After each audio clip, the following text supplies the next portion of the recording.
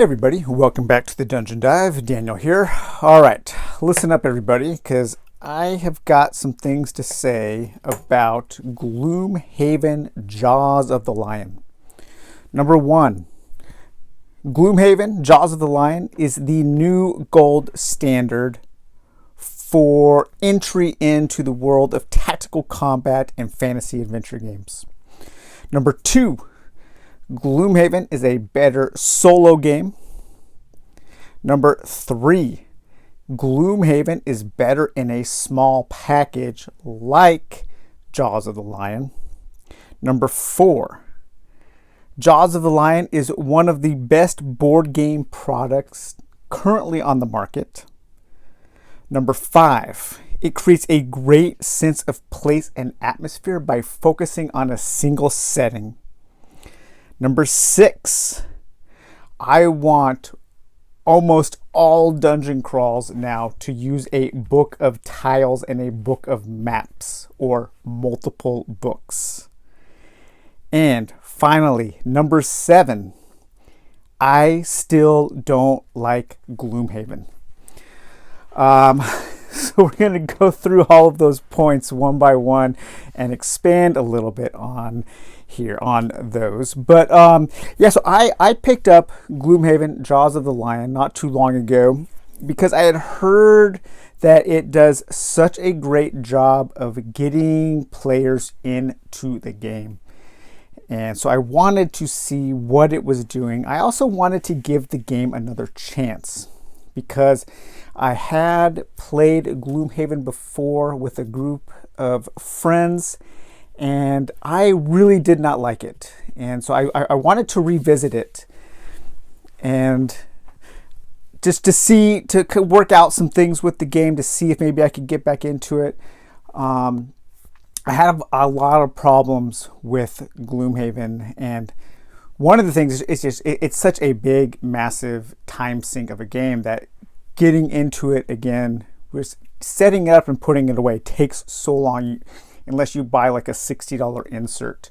So this is a great way to get into Gloomhaven, so I wanted to give it another chance. So you guys know how important it is to me, and it's something I've been talking about a lot lately, is the idea of onboarding, of a game getting the player into the experience smoothly, quickly, and with some style. I think that Warhammer Quest Silver Tower does a really good job of this. I think a lot of Games Workshop games are pretty good at that, but none of them. I don't know of any game. Legends of Andor is pretty good as well, but Jaws of the Lion takes that concept really to the next level. And right when you open the game, the box, you are greeted with this sheet here. You're not going to see any spoilers. I'm only going to show you up to like the third mission of the tutorial, so don't worry about spoilers. You get this sheet here that tells you about all of the components. It tells you how to set things up, where certain things go in the chit tray. Everything fits where it's supposed to. It comes with bags for everything. The game tells you what you put in each bag, how to sort the cards. It tells you about the different like legacy elements and the little boxes, and it gives you a hint of some of the things you are going to find later. And then it also, of course, has the link, the little code here for the watch it played videos. So you open the game, and right off the bat, your experience as a new player to Gloomhaven, or even a new player to this kind of game, is handled so well. On top of that, the way the game teaches with this Learn to Play guide is just excellent. I have some experience with Gloomhaven, of course, from when the game was first released, but there are quite a few things that I forgot. So I was enjoying my time going through the rules, learning the game, learning about the components as we go, and it tells you how to do everything. And it's not dumbed down. I mean, this is just a great way to teach the game. I think Tom Vassell said that anytime now that he would teach new players Gloomhaven, he would use, these training scenarios in here to teach the game. And then you can easily take your characters into the normal game of Gloomhaven. But this manual is excellent. It does such a great job of introducing elements, of reinforcing elements. That's what really wowed me, is how it reinforces things that you've already learned. I'm trying to find, I threw the example that I wanted to use back into the box, I think. But there was a really cool example where, here it is, where you are, for the first couple scenarios, you're fighting these little, what are they called? Vermling raiders. And the first scenario, you don't even use the enemy cards. You are just using the basic rules that are in the manual. But on the second scenario, you do introduce these cards. And one of them just says, this is exactly how they acted last scenario. So it's reinforcing things that you've learned while it is teaching new concepts. And just, it's masterful. It is absolutely gold standard. This is setting the tone for, I think, all games like this that follow. They need this kind of thing. I was mentioning to Jerry Hawthorne, the guy, creator of Mice and Mystics, Aftermath, Stuffed Fables. His games would benefit so much for something like this. Aftermath would be such a smoother game. Same as Comanauts. Just if they had a learn to play guide like this. And then when you want to get into the nitty gritty, of course, you can come over here to the glossary and the appendices, and you can learn more about the details of the game while you are playing. So that was number one. Number two, why do I think Gloomhaven is a better solo game? One of the big issues I had with Gloomhaven was its kind of semi-co-op, competitive co-op nature.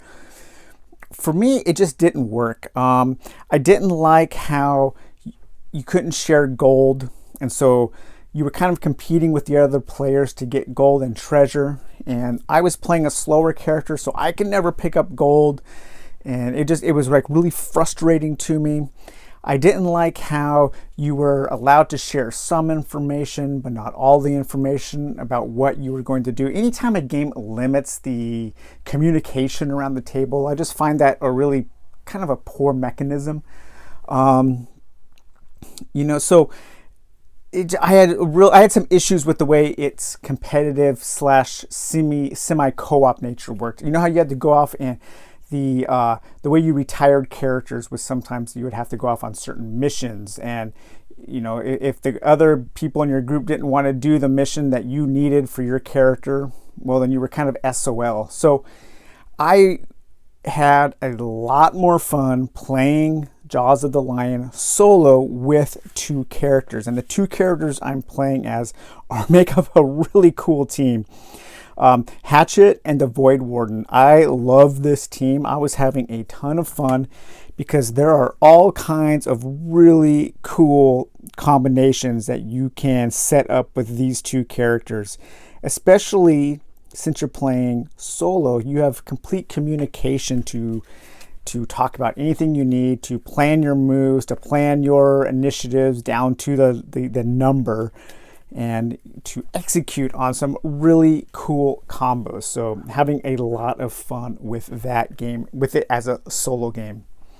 3, I think it's better in a smaller package like this. My buddy who owned Gloomhaven, I watched him set up the game and take down the game, and it was, even with that $60 insert, it was kind of a nightmare.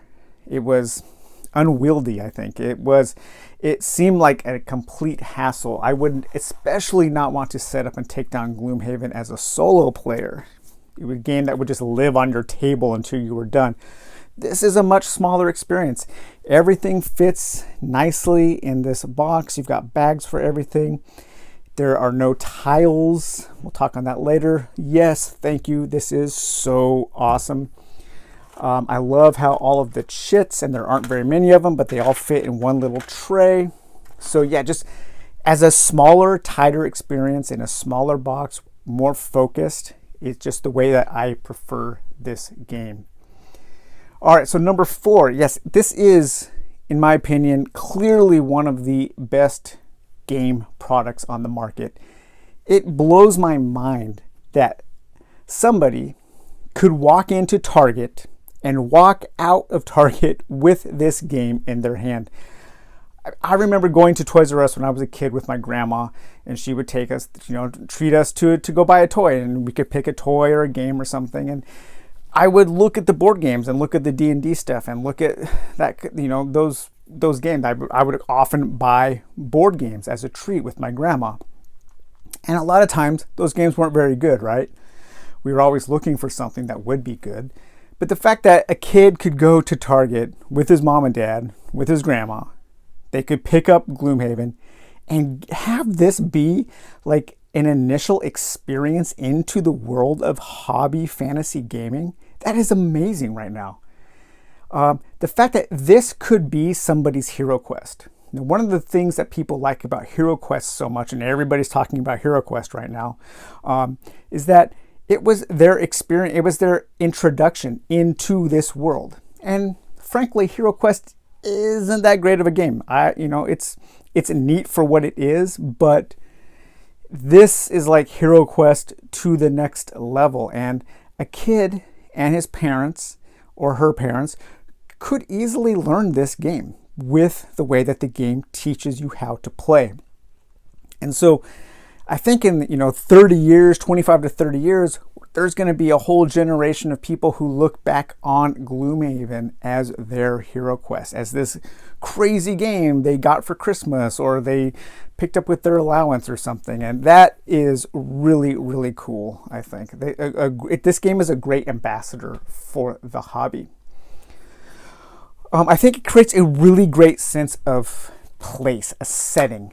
And a lot of that has to do with because the entire campaign takes place within the walls, within the city confines of Gloomhaven. It's a single setting game, and I really like that. On top of that, we don't have a lot of fantasy, dungeon crawl, adventure style games that take place in cities. We don't have these like city adventures. This game reminds me a whole heck of a lot of something that you would read by Fritz Lieber, the Fafhrd and Grey Mouser series, which they all take places in these cities, or a lot of Conan stories take place in cities. A lot of sword and sorcery doesn't take place in dungeons. It doesn't take place out in the wilderness. There are these great city adventures that the great authors of sword and sorcery have written about, and for some reason that particular setting, those scenarios aren't utilized in board games for some reason. And I'm not sure why, but this game does it. And I think it does it really well. Even though I'm not loving the gameplay, I am super looking forward to exploring the city of Gloomhaven through these scenarios, which leads me to point 6. You guys know I have been down on huge stacks of tiles in games recently. It takes too long to set up. It takes too long to be organized. You never really know how much room it's going to take. You have to store it and put it away. I am in love with this idea of having tiles in spiral bound books. I like the adventure book system that Jerry Hawthorne uses in Aftermath and Stuffed Fables. This takes it one more step because with this additional book, with book 2, you can add on to the other book. So you always know about how big your map is going to be. But imagine if a dungeon crawl or a fantasy adventure game came with, let's say, 4 of these spiral bound books. And each book was set up in a different quadrant. So you'd have one here, one here, one here, and one here. And then while you were playing, you could turn over the book, or maybe flip it like that. You could turn over this page, turn over that page, to explore through a world using nothing but 4 spiral bound books. I think that would be so cool. And yeah, I'm like imagining that in my head this whole week. Like, that would be so cool. You could have one book, 2 books that were all interior, 2 books that were, 1 book that was exterior, and 1 book that was like special locations, and you could flip them and match them, and you can make your own layouts using, just, it's so cool because these are created just for each mission, the art on each map is like, it's custom art for that mission. So it really feels like you are on this dock in this ship. It really feels like you are on certain streets, or coming into the city of Gloomhaven, or down in the caverns exploring in the sewers below Gloomhaven. A lot of the tiles in the original Gloomhaven, the art wasn't that great, and I never really got the sense of place, the sense of where I was, but that is completely fixed in this game. So that is 6 amazing things about Gloomhaven Jaw of the Lion. I would recommend this game to just about anybody without hesitation. However, I still do not like Gloomhaven. And here's a few reasons why. The basic card play is interesting, but I hate that you have to get rid of cards as you rest, because what happens for me is the first few turns of a game, of a mission, of a game of Gloomhaven are super fun because you have all kinds of interesting choices. But as the game progresses, you have fewer and fewer choices until the end. The final few turns aren't exciting at all because you can't do all of the things that you used to be able to do. And so for me, the game has this reverse curve of, it has the wrong direction of a story. It starts exciting and then gets kind of dull, whereas most stories start a little dull and they work up to become exciting. I feel like the game gets more boring as you have fewer options of things to do. And so burning through your cards to rest, or burning through your cards so you don't take damage, just limits the fun that you can have.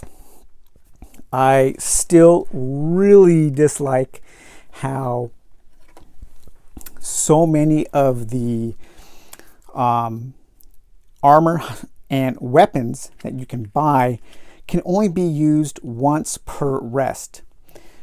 I get why, and I get why most of these things exist, because the game is so strongly balanced. This is a dungeon. Gloomhaven is a dungeon crawl for people who, for the post-Dominion crowd. It's a dungeon crawl for people who probably like Euro games a little bit more. And so balance is super important. And so I get why the armor can only be used once before you have to rest. I get why some of the weapons can only be used once before you have to rest. But thematically, that makes 0 sense. Why would this chain armor only be used once per rest? Like, what's happening to this chain armor when you get hit? Do you have to like repair it between every hit? Well, that's not very good armor.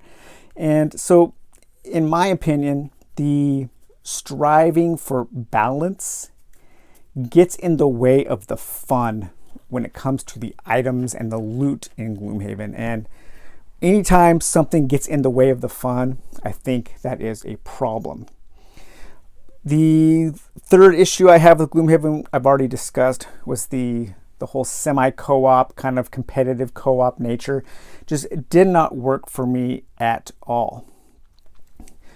The main thing is that most of the time, 9 out of 10 times, when you are playing a scenario of Gloomhaven, the only thing there is to do once you get on the map is combat. There are no random encounters. Again, for balance, you don't want anything random happening in Gloomhaven, heaven forbid. There's no NPCs really to interact with. There are no random events. It's pretty much once you get your characters on the map, all you're going to be doing is combat.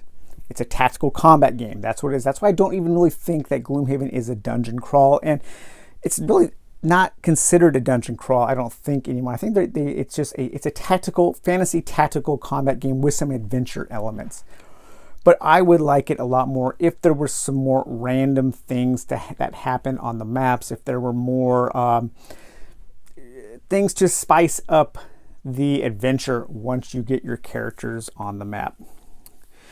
And so a lot of that has to do with balance. I know that balance is super important in this game, but like I've said, in my opinion, through striving for balance, for me, they've stripped away a lot of the elements that I find fun in these games.